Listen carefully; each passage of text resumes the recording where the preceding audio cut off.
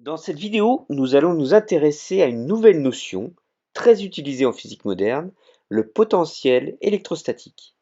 Alors revenons tout d'abord à ce que nous avons appris des cours précédents. L'expérience de Coulomb nous a montré que l'on pouvait mesurer la force produite par une charge Q1 en utilisant une charge test Q2.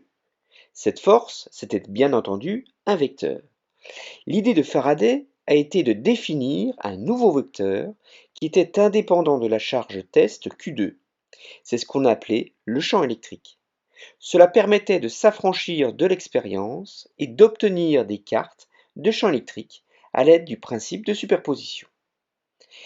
Il n'est pas forcément facile de savoir tous les paramètres qui déterminent les champs de vecteurs.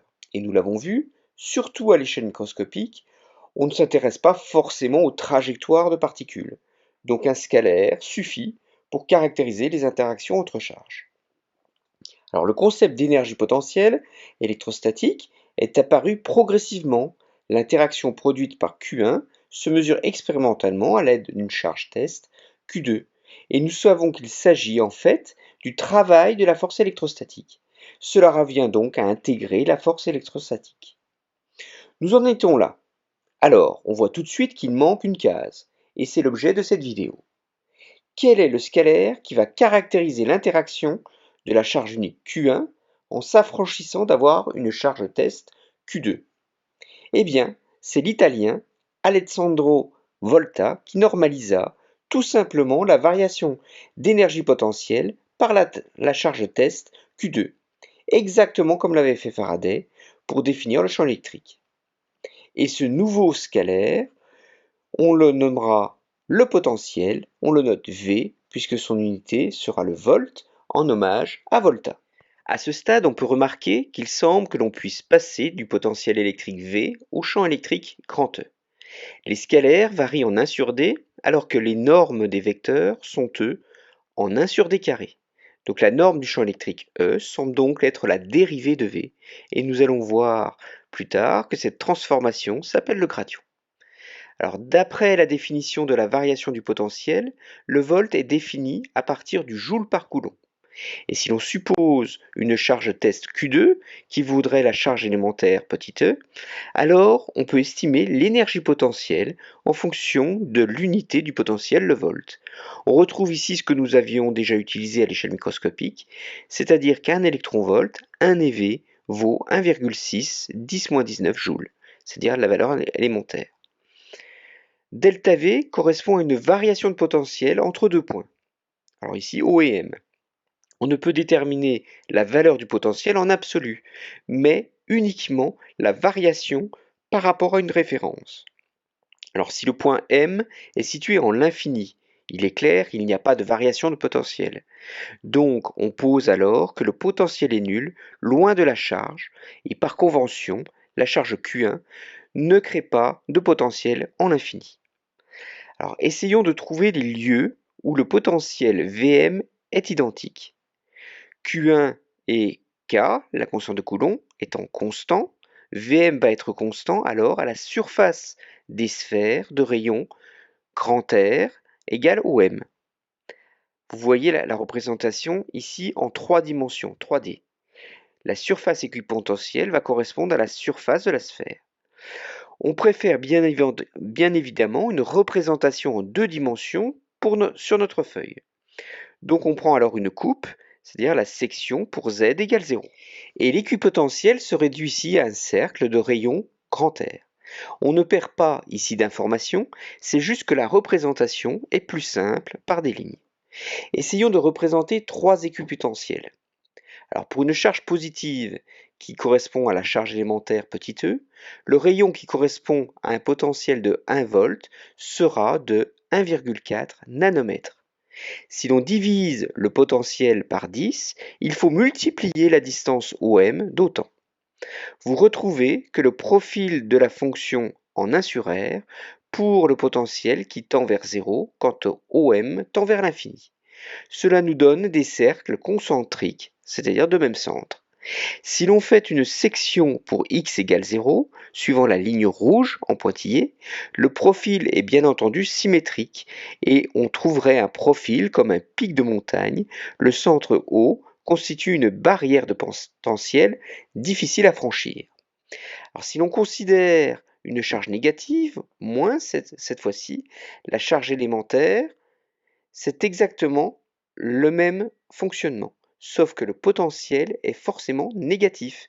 Cela décrit plutôt un puits. On parle ici de puits de potentiel.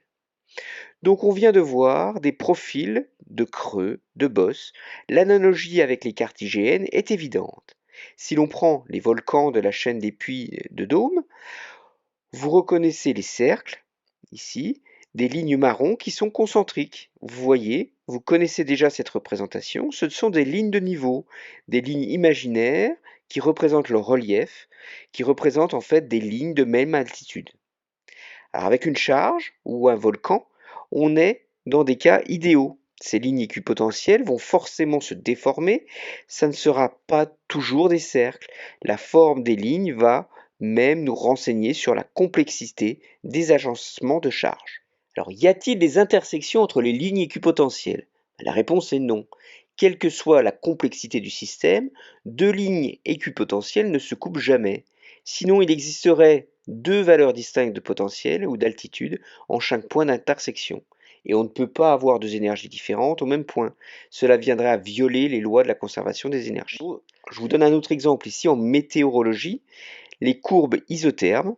Cette fois-ci, vous avez des températures positives et négatives, des zones chaudes et froides. C'est l'équivalent des puits et des barrières que nous avons déjà vues. Même chose pour la pression. On parle ici des lignes isobares. Elles vous déterminent en fait les anticyclones pour les pics de pression et les dépressions pour les... Vous voyez que les valeurs n'ont pas besoin d'être négatives.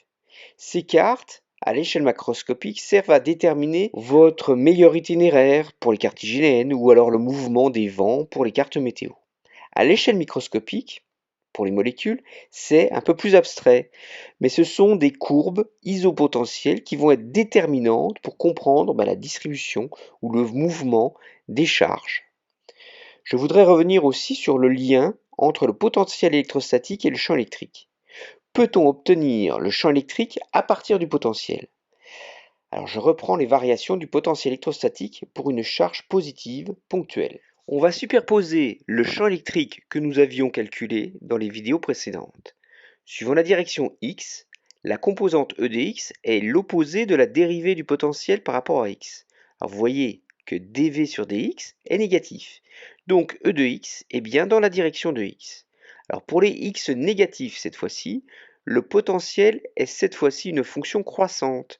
Donc la pente dv sur dx est bien positive. Donc le vecteur champ électrique pointe alors ici vers la gauche. Si l'on s'écarte pour se placer au potentiel qui correspond à 0,1 volts, la pente dv sur dx, vous voyez ici qu'elle diminue et l'amplitude du champ électrique, la longueur de la flèche décroît, donc elle aussi. C'est encore plus marqué pour 10 millivolts. Alors on peut tenir le même raisonnement pour la direction Y. Il est important de noter que le champ électrique E est toujours perpendiculaire à la ligne équipotentielle. Et ceci, quelle que soit la direction, le champ électrique est dirigé toujours du potentiel le plus élevé vers le potentiel le plus faible. Pour une direction quelconque, on peut donc exprimer le vecteur E avec une composante E de x sur le vecteur unitaire x et une composante E de y suivant le vecteur unitaire y. En introduisant les dérivées des potentiels, nous obtenons la relation qui lie le vecteur du champ électrique avec le scalaire v. Cette fonction est appelée le gradient. Elle donne localement la direction et la valeur de la pente de la fonction considérée.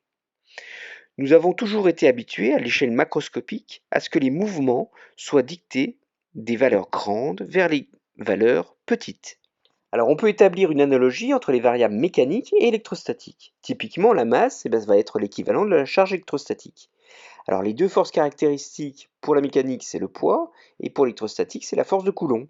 Cela suppose que la gravité, qui est un vecteur accélération, soit l'équivalent du champ électrique. Alors l'énergie potentielle de pesanteur, c'est la masse multipliée par Gz. Alors que la variation de l'énergie potentielle électrostatique, c'est la charge multipliée par le potentiel V. Donc, on va en déduire, à une constante G près, que l'équivalent du potentiel en mécanique, V, c'est l'altitude Z. Alors si je prends une balle de tennis, elle va tomber toujours des altitudes élevées vers le sol, accélérée par la gravité.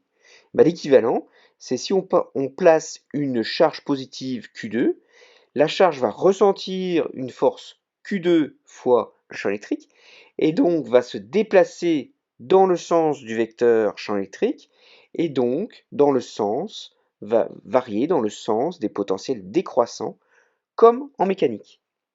Mais attention, si l'on place une charge test négative cette fois-ci, comme l'électron, par exemple, la charge va ressentir une force qui va être l'opposé du champ électrique et donc va progresser dans le sens des potentiels croissants. L'électron va pouvoir remonter les barrières de potentiel ou sortir des puits de potentiel. Et ça, c'est donc contre-intuitif. L'électron est un des seuls à pouvoir voyager selon des potentiels croissants. Alors, je vous donne d'autres exemples macroscopiques. L'air suit le gradient de température. Il va toujours du plus chaud vers le plus froid. C'est ce qu'on appelle la convection. Vous avez des gradients qui sont de l'ordre de 0,5 degrés Celsius par kilomètre en géothermie. En météorologie, l'air rencontre des gradients de pression de l'ordre de 10 pascal par kilomètre. Là aussi, les vents vont se déplacer des anticyclones, c'est-à-dire les eaux de haute pression, vers les dépressions, c'est-à-dire des pressions plus faibles, qui sont à l'origine des cyclones. Et nous verrons plus tard le phénomène de diffusion, qui est lui aussi piloté par des gradients de concentration, et les flux de molécules est dirigé du plus vers le moins concentré. Voilà, vous savez à peu près désormais tout sur la signification physique du potentiel électrostatique autour d'une charge ponctuelle. Ce potentiel est défini au départ, nous l'avons vu, par l'énergie potentielle par unité de charge. Alors cette variation de potentiel entre les points A et B peuvent s'obtenir aussi par l'intégrale du champ électrique suivant ce déplacement. Et quelle est l'opération opposée à l'intégration? Nous venons de l'illustrer, c'est bien le gradient. Donc le champ électrique est obtenu grâce au gradient de potentiel. À retenir les propriétés, le champ électrique est toujours dirigé du sens décroissant du potentiel, c'est-à-dire du plus haut vers le plus bas. Le champ électrique est toujours perpendiculaire aux lignes isopotentielles. Et enfin, l'intensité du champ électrique correspond à la pente locale. C'est-à-dire que plus la pente sera marquée, la pente de potentiel, autrement dit, plus les lignes isopotentielles seront rapprochées, et donc plus l'intensité du champ électrique sera alors grande. Merci pour votre attention et je vous dis à bientôt.